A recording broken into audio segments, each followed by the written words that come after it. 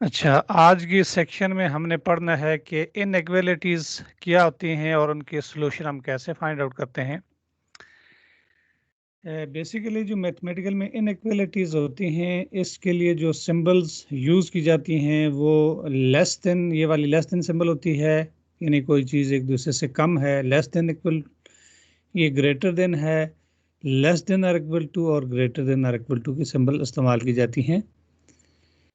और ये जितने भी सिंबल्स हैं, ये अलामात हैं, ये इस्तेमाल की जाती हैं जब हम दो क्वांटिटीज़ को, दो मकदारों को आपस में कंपेयर करते हैं, यानी उनका मुवाजना करते हैं। When they are not equal, जब वो इक्वल नहीं होगी। सेक्शन 3.5.1 में इनइक्वालिटीज़ है। इनइक्वालिटीज़ क्या होती हैं? ये कंडीशंस होती हैं in which two quantities are not equal. ठीक है, they may be greater or less than each other, यानी हम दो क्वांटिटीज़ को, दो मकदारों को आपस में कंपेयर करते हैं तो वो एक दूसरे से लेस होंगी या इक्वल होंगी, ग्रेटर होंगी। इन दोनों में से कोई एक कंडीशन हो सकती है। There are special symbols which show that in what way quantities are not equal. इसके लिए कुछ स्पेशल सिंबल्स यूज़ की जाती हैं कि जिसमें ये बताया जाता है कि क्वांटिटीज़ इक्वल हैं या नहीं हैं।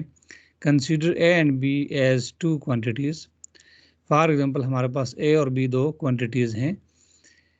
A less than b shows that a is less than b, यानी ए है और ये लेस की सिंबल है, तो इससे ये मुराद है कि ए बी से छोटा है।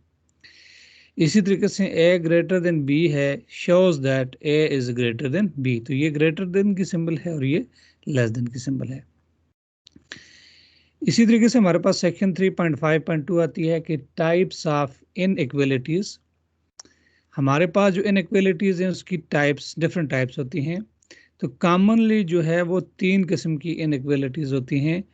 Number one, absolute inequality. Absolute inequality से क्या मुराद है कि विच इज़ ऑलवेज ट्रू, यानी जो ऑलवेज ट्रू हो उसको एब्सोल्यूट इनइक्वालिटी कहते हैं। For example, 2 is less than 6, तो ये हमेशा यानी कंडीशन ट्रू होगी, यानी 2 6 से छोटा है, कभी 2 6 से बड़ा नहीं हो सकता। इस किस्म की जो इनइक्वालिटी है उसको एब्सोल्यूट इनइक्वालिटी कहते हैं। इसी तरीके से आप कह सकते हैं 3 is less then 5, 4 is less then 10 and so on. तो जो यानी इनइक्वालिटी हमेशा ट्रू हो उसको क्या कहते हैं? Absolute inequality. नंबर टू हमारे पास होती है कंडीशनल इनइक्वालिटी। कंडीशनल इनइक्वालिटी ये है कि ये कुछ सर्टन कंडीशंस के लिए ट्रू होगी, कुछ ख़ास कंडीशन के लिए ट्रू होगी of x. For example, 2x is less than 6। अब यहाँ पे x की वैल्यू जो है इस पे डिपेंड करती है। मसलन x की वैल्यू अगर हम 1 पुट करें तो ये 2 इंटू 1 2 होगा, तो वो लेस देन 6 होगा। x की वैल्यू अगर हम 2 पुट करेंगे तो 2 इंटू 2 4 हो जाएगा, 2 2 ज़र 4, तो लेस देन 6 होगा। x की वैल्यू अगर हम 3 रखेंगे, 3 2 ज़र 6, तो वो 6 लेस देन 6 नहीं हो सकता। तो लिहाजा ये कुछ सर्टन कंडीशंस हैं, उनके लिए ये इनइक्वालिटी जो है वो ट्रू होगी। इसके बाद हमारे पास होती है नंबर 3 जो है वो डबल इनइक्वालिटी। और डबल इनइक्वालिटी में क्या होता है कि in which we bound x from both sides. मसलन हमारे पास ये कंडीशन है कि 2 is less than x is less than 6, तो इसमें यानी ये x बाउंड है, ये 2 और 6 के दरमियान बाउंड है। यानी x की वैल्यू सपोज अगर हम रखते हैं 3, तो ये 2 3 से छोटा होगा और 3 6 से छोटा होगा। इस तरह x की वैल्यू 4 रखते हैं तो 4 2 से छोटा होगा, नहीं 2 4 से छोटा होगा और 4 6 से छोटा होगा। 5 करते हैं तो फिर भी ट्रू है, लेकिन अगर हम 6 करेंगे तो पहली कंडीशन के लिए ट्रू होगा लेकिन सेकंड के लिए ये ट्रू नहीं होगा। तो इसको कहते हैं डबल इनइक्वालिटी। इसके बाद हमारे पास सेक्शन 3.6 है। इसमें क्या है जी कि interval notations. Interval notation basically क्या होती है कि फ़र्ज़ किया let x be a set of real number.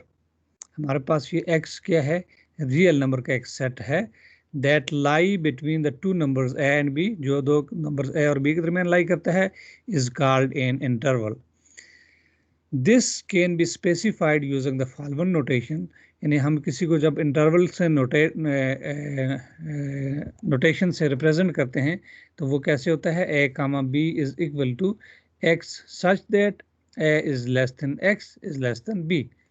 यानी x जो है वो a और b के दरमियान लाई कर रहा है। तो ये जो है इसकी यानी इसको लिखने का तरीकाकार ये होता है कि ये दरमियानी ब्रैकेट के अंदर लिखते हैं x, और ये कालन को कहते हैं सच दैट, ये दो नुक्ते इनको कालन कहते हैं। यानी x इस तरीके से है कि x a is less than x is less than b, यानी x a और b के दरमियान है तो उसको आप a कामा b से भी ज़ाहिर करते हैं। तो ये इसको मैथमेटिकली रिप्रेजेंट करने का एक तरीका है। अब यहाँ पे हमारे पास there are 4 main ways to represent interval notations. यानी इंटरवल नोटेशंस को जो हम रिप्रेजेंट करते हैं, जो उसको डिनोट करते हैं, इसको डिनोट करने के 4 तरीके हैं। नंबर 1 है ओपन इंटरवल। ओपन इंटरवल क्या होता है, represent as A B, it has end points A and B but this interval does not include end points. In open interval वो होता है कि जिसके अंदर एंड पॉइंट उसके शामिल नहीं होते, डज नॉट इंक्लूड।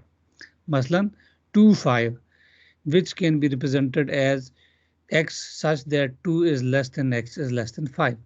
अब जब हम ये बात करते हैं कि दो जो x से छोटा है और x 5 से छोटा है, अब इस केस में लेस देन है तो लिहाजा ये जो एंड पॉइंट्स हैं यानी 2 और 5 शामिल नहीं होंगे, इसके दरमियान वाले शामिल होंगे, यानी 3 और 4। इस केस में सिर्फ इसका रिजल्ट क्या आएगा, 3 4 आएगा। उसके बाद होता है क्लोज्ड इंटरवल। क्लोज इंटरवल कौन सा होता है कि उसको हम जाहिर करते हैं ए बी, लेकिन यहाँ बड़ी ब्रैकेट से जाहिर करते हैं। ओपन इंटरवल को स्मॉल ब्रैकेट से जाहिर करते हैं, क्लोज को बड़ी ब्रैकेट से जाहिर करते हैं। और इसमें क्या होता है कि आपके एंड पॉइंट्स ए और बी जो हैं वो इंक्लूडेड होते हैं, और close interval which includes end points as well. यानी क्लोज इंटरवल में वो एंड पॉइंट भी शामिल होते हैं और उसके दरमियान वाली सारी चीज़ें भी शामिल होती हैं। For example 2 5 which can be represented as ये दरमियानी bracket x such that 2 is less than और equal to x is less than और इक्वल टू 5। यानी x जो 2 और 5 के दरमियान है और उनको शामिल करके, यानी जब इक्वल टू भी आ जाए तो इट मीन्स कि ये भी शामिल है। तो इसका जवाब जो आएगा वो आएगा 2 3 4 और 5। यानी 2 और 5 एंड पॉइंट्स भी शामिल हैं और दरमियान वाली भी सारी वैल्यूज इसके अंदर शामिल हैं। इसके बाद हमारे पास होता है half open interval. Half open interval क्या है, it includes one and point while not the other. यानी उनमें से कोई एक एंड पॉइंट को शामिल करे। फॉर एग्जांपल ये 2 कामा 5 इधर से छोटी ब्रैकेट है, इधर से बड़ी है। छोटी ब्रैकेट मीन कि ये शामिल नहीं है और बड़ी ब्रैकेट से ये मुराद है ये वाली साइड शामिल है। which can be represented as x such that 2 is less than x is less than or equal to 5। तो इस केस में हम सिर्फ यहाँ लेस इस्तेमाल करेंगे, इस केस में हम क्या करेंगे 5। तो इसका जवाब क्या आएगा 3 4 और 5, यानी 2 शामिल नहीं है जबकि अपर इंटरवल जो है वो शामिल है। इसके बाद हमारे पास आता है हाफ क्लोज्ड। यानी हाफ क्लोज से मुराद ये है कि ये लोअर इंटरवल शामिल है, ओपन से मुराद ये है कि अपर इंटरवल शामिल है। अब इस केस में हमारे पास क्या होगा कि 2 कामा 5 और यहाँ स्क्वायर ब्रैकेट्स है और यहाँ पे क्या है स्मॉल पैरेंथेसिस है, which can be represented as x such that 2 is less than or equal to x is less than 5। अब हम क्या करते हैं कि 3.6.1 है जो इनइक्वालिटीज़ हैं, इनको हम कैसे सॉल्व करते हैं। हमारे पास एग्जांपल 9 है। इसके अंदर क्या कहता है कि determine the value of x which satisfy the inequality 2x minus 5 is greater than or equal to 7। इस इनइक्वालिटी को हमने सॉल्व करना है। अब इसका ये तरीकाकार है कि सबसे पहले ये देखें 2x minus 5 is greater than or equal to 7। तो आप ये देखें कि x वाली जो क्वांटिटी आप उसको लेफ्ट साइड पर रखेंगे और बाकी जो कांस्टेंट है उसको दूसरे साइड पर रखेंगे। तो इसके दो मेथड्स हैं, या आप इसमें 5 जो है दोनों तरफ ऐड करें तो इस साइड पे 5 कैंसिल हो जाएगा, या 5 को आप अगली साइड पे ले जाएं, तो दोनों सेम वे से हल हो सकते हैं। तो ये हो जाएगा 2x minus 5 plus 5 is greater than और इक्वल टू 7 प्लस 5। यानी ये 5 अगर हम ऐड करते दोनों तरफ तो आपस में कैंसिल हो सकते हैं, तो इट मीन कि ये आप काम कर सकते हैं। तो यहाँ लेफ्ट हैंड साइड पर ये 5 और ये 5 आपस में कैंसिल हो जाएगा। यहाँ 2x हो जाएगा इज ग्रेटर देन और इक्वल टू 5 प्लस 7 12, और x जो है वो यानी अब हमने मज़ीद 2 से दोनों तरफ डिवाइड करना है, जो भी यानी मल्टीप्लायर होगा आप उसे डिवाइड कर लेंगे। 2x divided by 2 is greater than 12 divided by 2। यहाँ से ये 2 और ये 2 कैंसिल हो जाएंगे, तो x क्या हो जाएगा, ग्रेटर देन और इक्वल टू 6। तो अब यहाँ पे यानी आपके पास x ग्रेटर देन और इक्वल टू 6 हो जाएगा, यानी 6 भी इंक्लूड है और 6 के ऊपर वाली वैल्यू, यानी 6, 7, 8, 9, 10 एंड सो ऑन, तमाम के तमाम नंबर शामिल हैं। इसके बाद ये होता है कि for all values of x greater than and equal to 6 x satisfy the given inequality. ये जो हमारे पास ऊपर इसका आंसर आया है। इसी तरीके से हमारे पास नेक्स्ट एग्जांपल है एग्जांपल 10, और एग्जांपल 10 में क्या कहता है कि एक मैन्युफैक्चरिंग कंपनी है और वो क्या कहती है कि shows that has a unit selling price of $30 and unit cost price of $25. Its fixed costs are 700,000. Then determine the least number of units that must be sold for the companies to have a profit.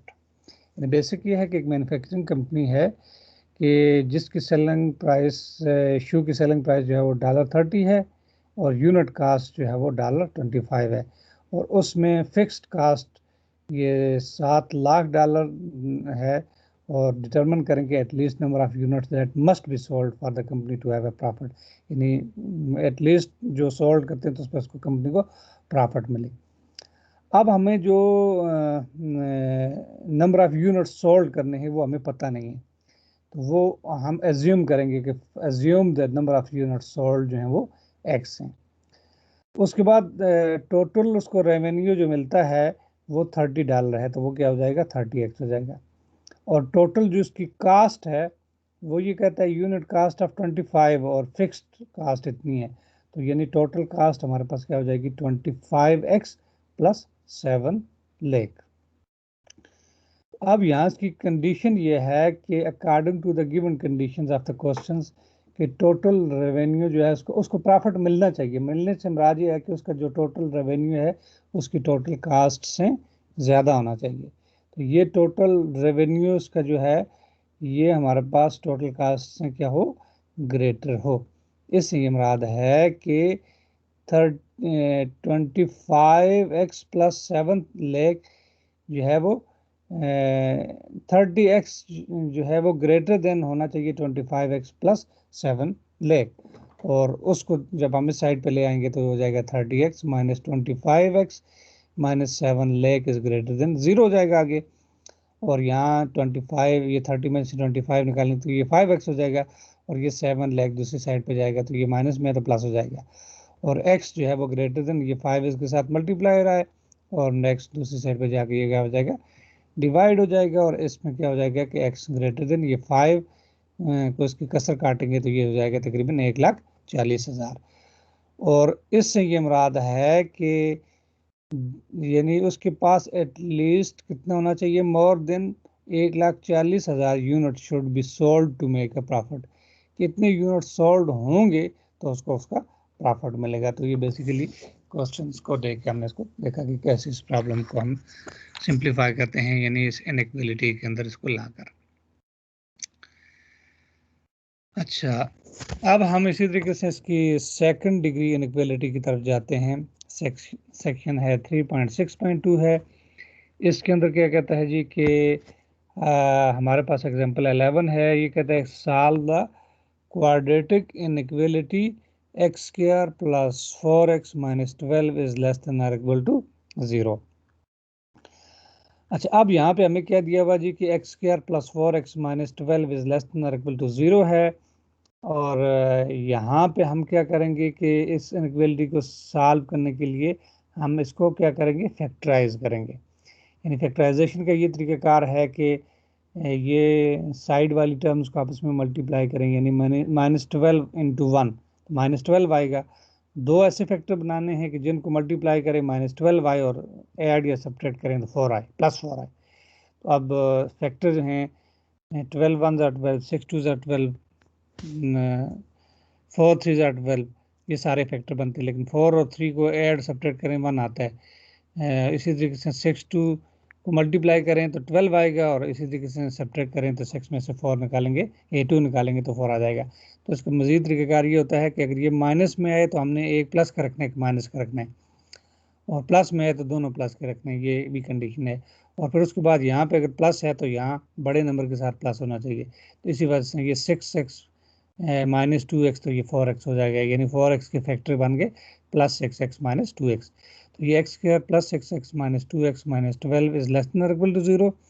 यहाँ से x common लेंगे तो अंदर आ जाएगा x plus 6, minus 2 common लेंगे तो x plus 6 हो जाएगा लेस देन और इक्वल टू 0, और इसमें से x प्लस 6 कॉमन आएगा तो यहाँ x बच जाएगा, या माइनस 2 इज लेस देन और इक्वल टू 0। और अब ये दो फैक्टर हैं तो दोनों इंडिविजुअली इज इक्वल टू 0 होंगे।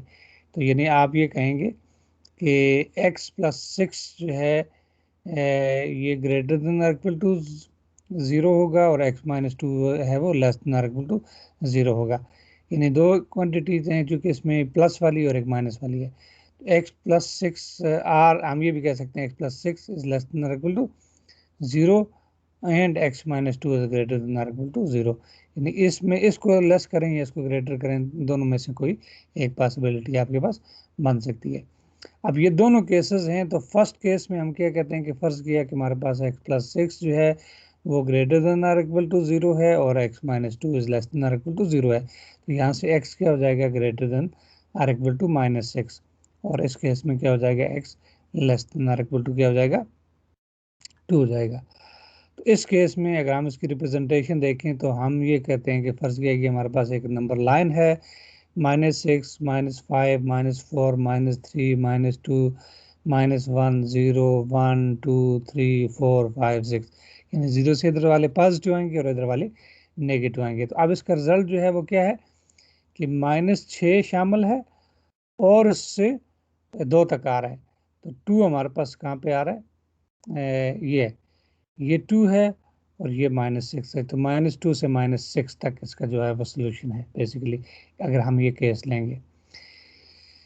इसी तरीके से अगर हम इसका दूसरा केस लेंगे तो इस केस में इसका जो सोल्यूशन आएगा वो ये होगा कि x such that -6 is less than और equal to x is less than और इक्वल टू 2, और इसी को आप कह सकते हैं कि -6 और 2, यानी -6 भी शामिल है, 2 भी शामिल है, और बड़ी ब्रैकेट्स हमने यूज़ किए हैं, या दूसरे लफ्ज़ में आप इसको इस फॉर्म में लिख सकते हैं।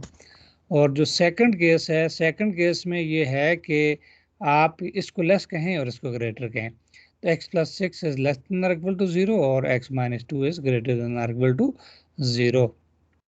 तो इस केस में क्या हो जाएगा कि x जो है वो लेस देन और इक्वल टू -6 हो जाएगा, और x जो है इस केस में ये इधर आएगा तो ग्रेटर देन और इक्वल टू 2 हो जाएगा। तो यानी फिर अब आपके पास ये नंबर लाइन है -6 और 6, या इस केस में क्या आ रहा है कि x जो है वो लेस देन और इक्वल टू -6 है, तो -6 से कम इस साइड आएगा, यानी -6 -5 -4 -3 -2 -1 से लेस, अच्छा इससे लेस आएंगे। लेस से मुराद ये है कि वो इस साइड वाले कम आएंगे, लेस साइड। नेगेटिव में जितना बड़ा नंबर होता जाएगा इतना छोटा होता जाएगा, और पॉजिटिव में बड़ा नंबर बड़ा ही होता है।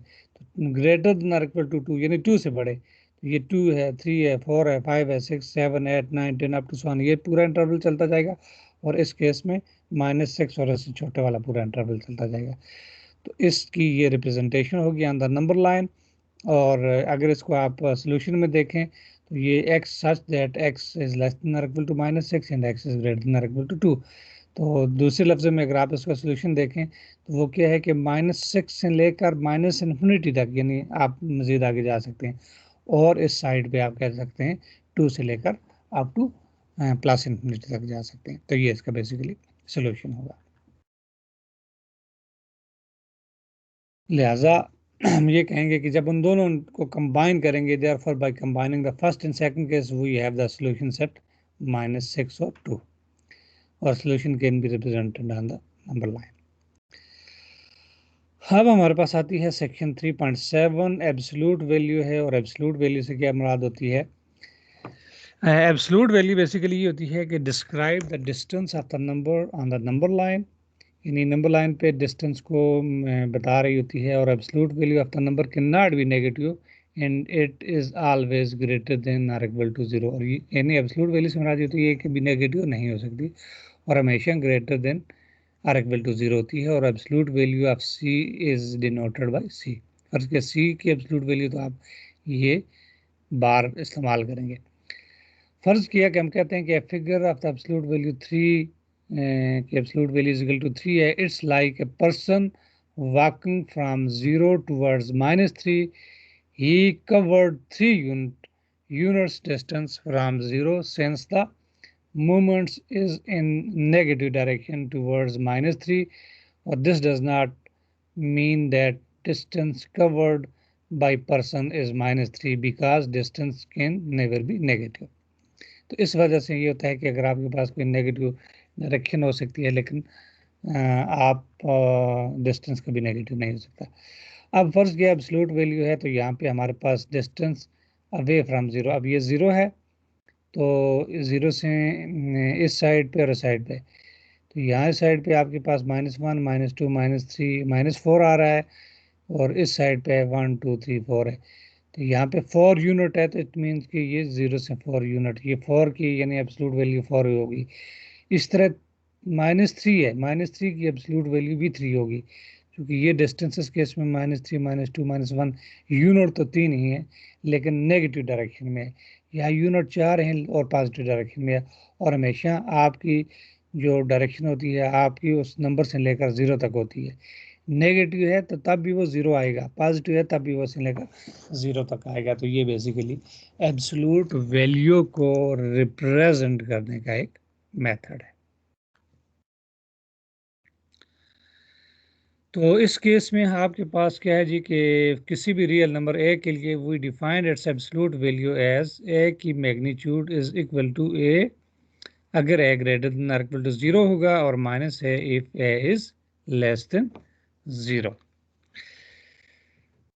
अब एब्सोल्यूट वैल्यू जो है इसकी कुछ प्रॉपर्टीज हैं, हम उनको वन बाय वन देखते हैं।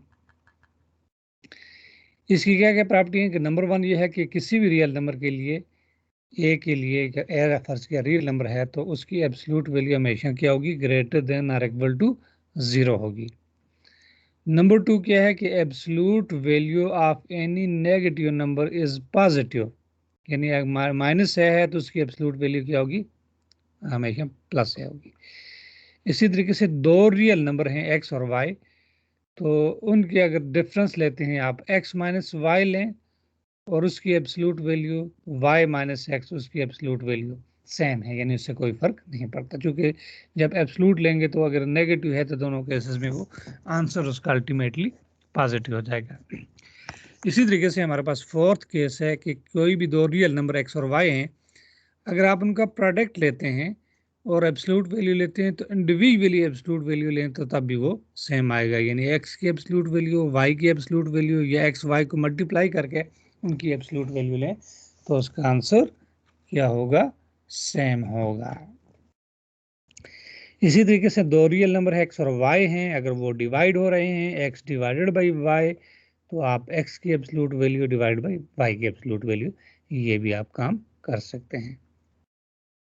तो अब इसके लिए 3.7.2 है, हम इक्वेशंस को सॉल्व कर रहे हैं और उनकी इनइक्वालिटी को सॉल्व कर रहे हैं इन्वॉल्विंग द एब्सोल्यूट वैल्यू।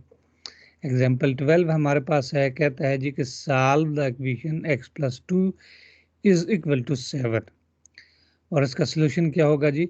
अब x प्लस 2 का एब्सोल्यूट वैल्यू से मुराद ये है कि ये प्लस भी होगा और माइनस भी होगा, तो लिहाजा x plus 2 is equal to 7 और x plus 2 is equal to -7, यानी प्लस -7 पहले हम लिखेंगे तो फिर एक 7 और एक -7, तो यहाँ से x क्या हो जाएगा 7 - 2 और यहाँ से x क्या हो जाएगा -7 और ये आगे आगे -2 हो जाएगा। तो अब हमारे पास यहाँ से x 5 हो जाएगा और यहाँ x क्या हो जाएगा -2 हो जाएगा।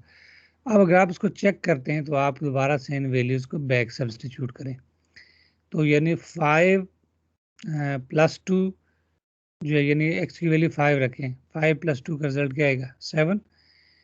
इसी तरीके से माइनस यहाँ से x की वैल्यू -9 आएगी तो -9 प्लस 2 तो -7 आएगा, -7 की एब्सोल्यूट वैल्यू फिर भी 7 आएगी, लिहाजा 7 की वैल्यू एब्सोल्यूट वैल्यू 7 और -7 की भी 7, तो ये आपस में इक्वल हो जाएंगे। तो हमने इसको क्रॉस वेरीफाई भी कर दिया। तो इसको अगर आप नंबर लाइन पे जाहिर करना चाहें तो ये इससे ये नंबर लाइन पे भी आ जाएंगे number.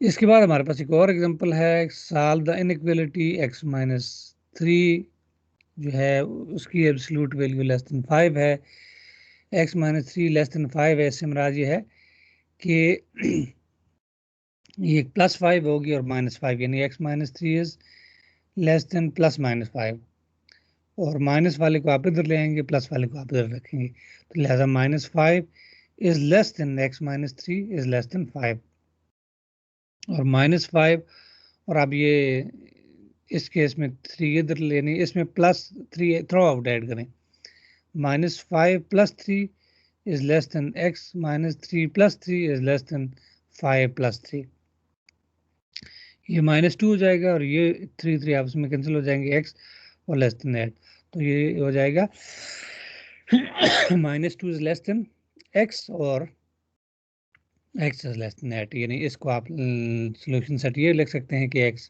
Such that minus 2 is less than x is less then that, या माइनस 2 कामा 8, यानी माइनस 2 और 8 के दरमियान, यानी दो वो शामिल नहीं है, और इस वजह से हमने स्मॉल पैरेंथेसिस यूज किए। नंबर लाइन पे जब आप इसको जाहिर करेंगे तो इसमें क्या होगा जी, माइनस 2 और 8 है उनके दरमियान आएंगे, तो ये माइनस 2 और माइनस 8 है, तो इनके दरमियान ये वाले सोल्यूशन इसके आएंगे। ठीक है, इसी तरीके से आपके पास एग्जांपल 14 है, solve the inequality x minus 3 greater than 5, इसको भी ऐसे ही करेंगे कि x माइनस 3 की एब्सोल्यूट वैल्यू ग्रेटर देन 5, तो ग्रेटर देन प्लस माइनस 5 हो जाएगा, जब एब्सोल्यूट का ख़त्म करेंगे तो माइनस 5 को आप इधर ले आएंगे, 5 इधर ले जाएंगे, तो ये माइनस 2 और 8 आ जाएगा। तो इसी तरीके से आप इसको इंटरवल के ऊपर रिप्रेजेंट कर सकते हैं। अब हमारे पास इनइक्वालिटी है लेकिन वो इंटरवल इंक्लूडेड है। जब आप इंक्लूडेड करेंगे तो आप जैसे ऊपर वाले केसेस में हमने इसको ये यहाँ से लेकर इन्फिनिटी तक और ये यहाँ से लेकर इन्फिनिटी तक है, ये एक स्मॉल सर्कल की है, लेकिन ये नीचे सर्कल है इसको फिल्ड की है। जब फिल्ड करते हैं इट मीन्स कि ये इक्वलिटी भी आपके पास, यानी जो इंटरवल है वो भी शामिल होता है। तो अब अगर आप इसको देखें तो ये हो जाएगा x प्लस 5 जो है वो ग्रेटर देन और इक्वल टू प्लस माइनस 7 हो जाएगा, तो एक में प्लस हो जाएगा और एक में माइनस हो जाएगा, यानी x plus 5 is less than और इक्वल टू माइनस 7 और x plus 5 is greater than और equal two plus 7।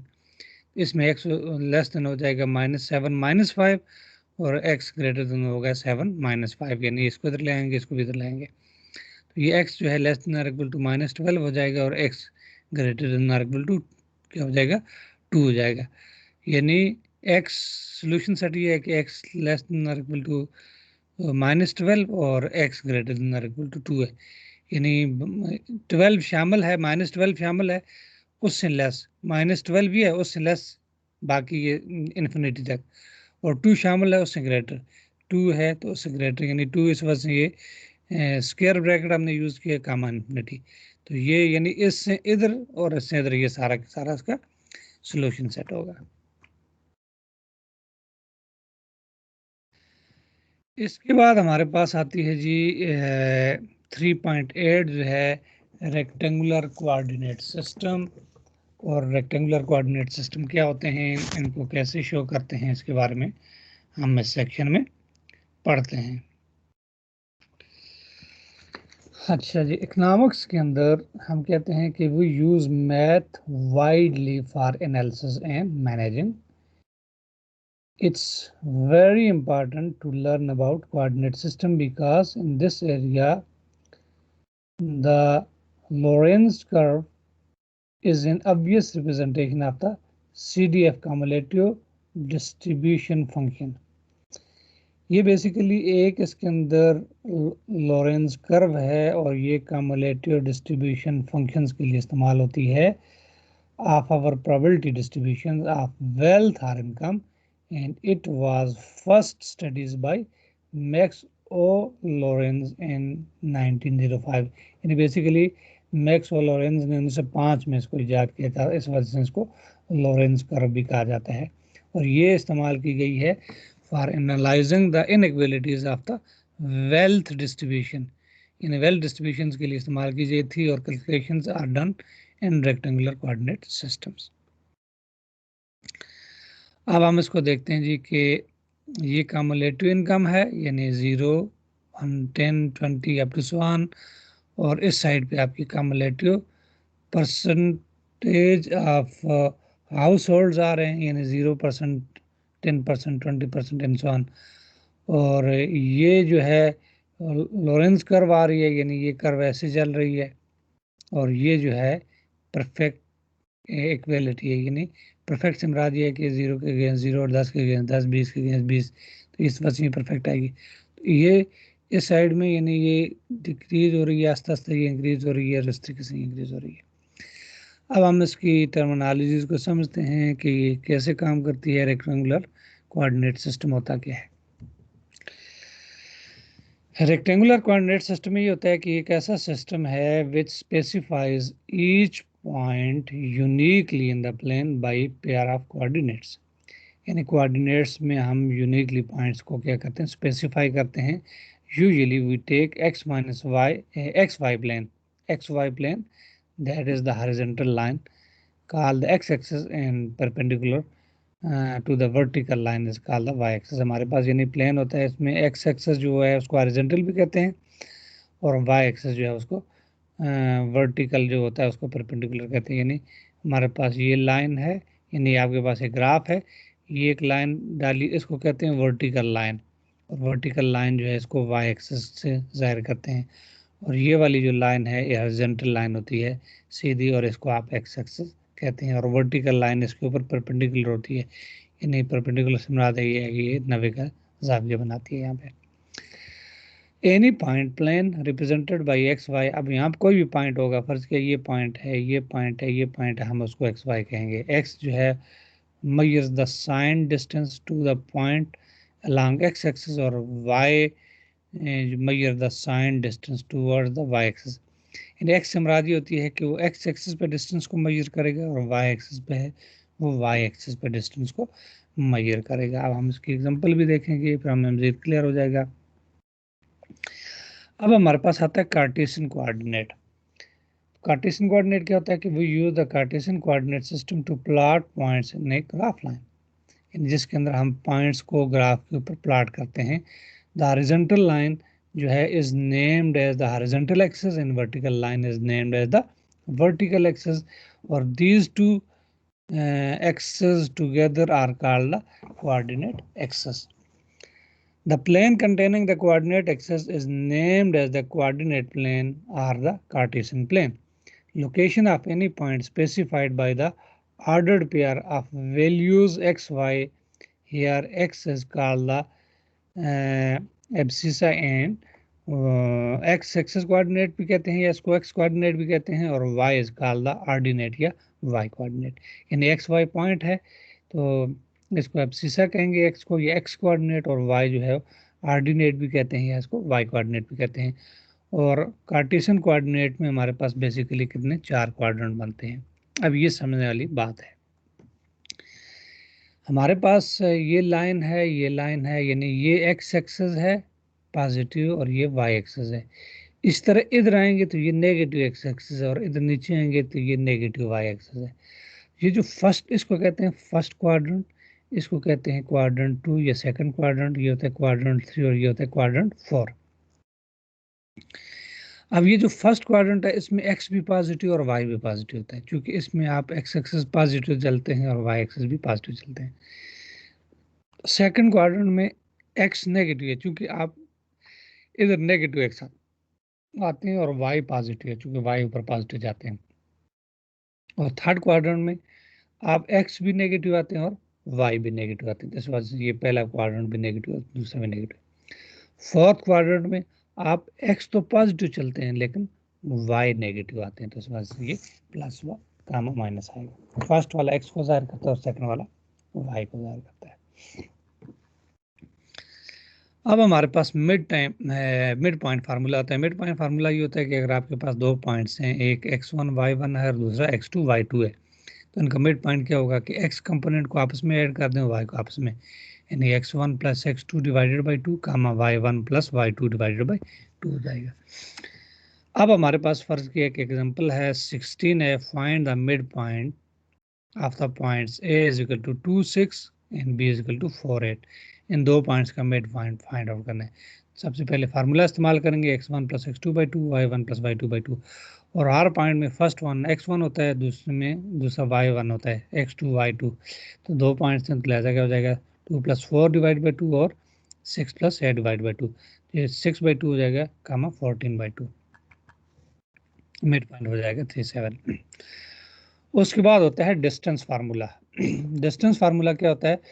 The distance between two points x1 y1 and x2 y2 can be calculated using the Pythagoras theorem. Pythagoras theorem क्या है कि यानी ए फर्ज के ये पॉइंट है, ये बी पॉइंट है, तो उनके दरमियान डिस्टेंस होता है हमेशा x में से x कंपोनेंट को सब्ट्रैक्ट करें y में से y को, फर्स्ट में सेकंड को करेंगे, सेकंड में फर्स्ट को करें, बात एक है। तो ये हो जाएगा x2 माइनस x1 का square plus y2 minus y1 का स्क्वायर और इनका स्क्वायर रूट, तो ये पाइथागोरस थ्योरम आ जाएगा। और इसमें ये तरीकाकार इसका ये होता है कि फ़र्ज़ किया कि हमारे पास ये एक x एक्सिस है, ये y एक्सिस है, ये एक पॉइंट है x1 y1 और ये x2 y2 है।